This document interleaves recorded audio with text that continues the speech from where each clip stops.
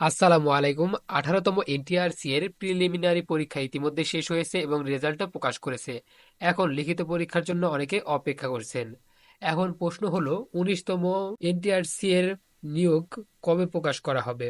অর্থাৎ এনটিআরসি এর 19তম নিয়োগ বিজ্ঞপ্তিতে কবে প্রকাশ করা হবে এবং আপনারা কবে আবেদন করতে পারবেন?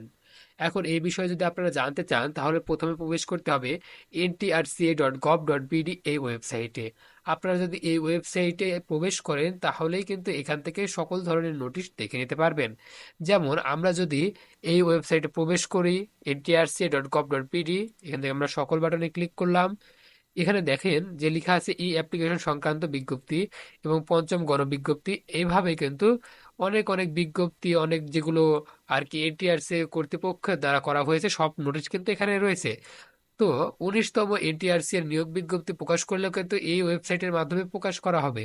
তখনই আপনারা জানতে পারবেন যে কবে নাগাদ এই 19তম এনটিআরসি এর নিয়োগ বিজ্ঞপ্তিটি প্রকাশ করা হবে। এখন পর্যন্ত কোনো সুনির্দিষ্ট তারিখ জানানো হয়নি এনটিআরসি এর অফিসিয়াল ওয়েবসাইট থেকে।